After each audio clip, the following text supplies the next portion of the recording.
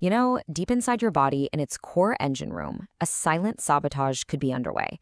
And the thing is, it doesn't announce itself. There's no pain, no obvious symptoms. It just works quietly, systematically, until one day, the whole system starts to fail. This is the story of the fatty liver. We're always told to focus on high blood sugar, right? That it's the villain in our metabolic story. But what if that's not quite right? What if high blood sugar isn't the fire itself, but really it's just the smoke alarm, blaring a warning that something much deeper, something way more dangerous is going wrong inside? 100 million. Just let that number sink in for a second. That's how many Americans are estimated to have non-alcoholic fatty liver disease, or NAFLD. It is, by a long shot, the most common chronic liver condition in the country. And the craziest part, most of those people have absolutely no idea they have it. Okay, so let's really dive into this. To understand what's happening, we have to go right to the source, the body's metabolic engine room, the liver. And we need to figure out how this absolutely vital organ gets pushed into a state of total distress. And look, this is not just an American problem. It is a full-blown global epidemic.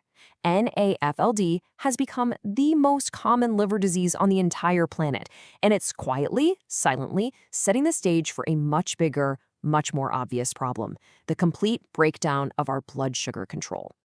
So how does this even happen? How does a liver, an organ that's supposed to process fat, become, well, fatty itself? Well, the mechanism isn't new. In fact, there's a pretty disturbing clue about how it works that's been documented for almost 2,000 years. This quote, it's pretty startling when you read it. What it's saying is that ancient Romans figured out that if you force-feed geese dried figs, which are packed with a type of sugar called fructose, you could rapidly create a huge, fatty liver, what we know as foie gras. This ancient practice is a shockingly accurate and kind of unsettling model for what happens in our own livers when they get overloaded with certain kinds of sugar. The biological process behind this has a fancy name, de novo lipogenesis. It literally means making new fat. And when the liver gets hit with a tidal wave of fructose, it triggers this emergency pathway. It's a survival mechanism that, under the stress of a modern diet, actually starts to sabotage the very organ it's supposed to be protecting. And this process really shows why fructose is so uniquely taxing on the liver. See, unlike glucose, which pretty much any cell in your body can use for fuel, fructose is handled almost exclusively by the liver. The process is so intense, it just torches through the liver's cellular energy. It's ATP.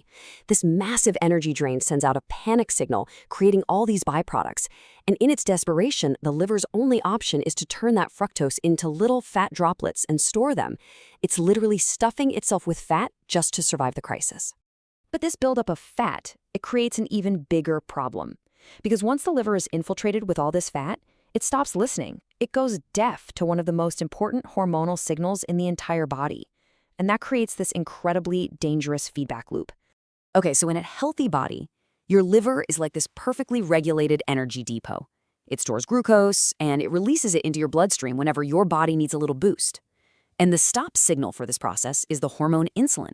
When insulin shows up, the liver is supposed to get the message loud and clear, hey, we've got enough sugar in the blood, shut down production for a while.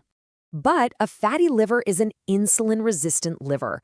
Those little fat droplets are physically getting in the way of the insulin receptors. The signal is being sent, but the liver just doesn't hear it. It's gone deaf to the command. And because it never gets that message to stop, it just keeps on pumping out glucose into the bloodstream 24/7. And this is the crucial turning point. The liver goes from being a victim of a high-sugar diet to being an active cause of high blood sugar. It's no longer just reacting to the problem, it is the problem. It's become this rogue factory, relentlessly flooding your system with sugar that your body absolutely does not need. And that is the distress signal we were talking about. Now, all this constant metabolic stress, it doesn't just stay chemical. The continuous alarm state, the fat buildup, it starts to cause physical, structural damage to the liver tissue itself. The crisis is escalating. This timeline really shows the grim progression of the disease. It starts with simple fatty liver, NAFLD, which for the most part is reversible. But if the stress keeps up, it moves on to something called NASH. That's when inflammation kicks in. Your body's own immune system starts attacking the fatty, stressed-out liver cells. This inflammation leads to fibrosis, which is just the formation of scar tissue. And the final devastating stage is cirrhosis, where the scarring is so bad the liver just can't function anymore. And fibrosis, that scarring, is the real clinical turning point. This isn't just fat anymore. This is permanent scar tissue that's replacing healthy, working liver cells. Once the patient gets to advanced fibrosis, the risk for liver failure and liver cancer just skyrockets. This is the stage where all that silent damage starts to become potentially lethal. And we can see this connection perfectly in the clinical data. Researchers measured insulin resistance using a score called HOMA-IR. Now, in patients with just mild liver scarring, the average score was 3.4. But in patients with advanced, really dangerous scarring, that score nearly doubled to 6.3.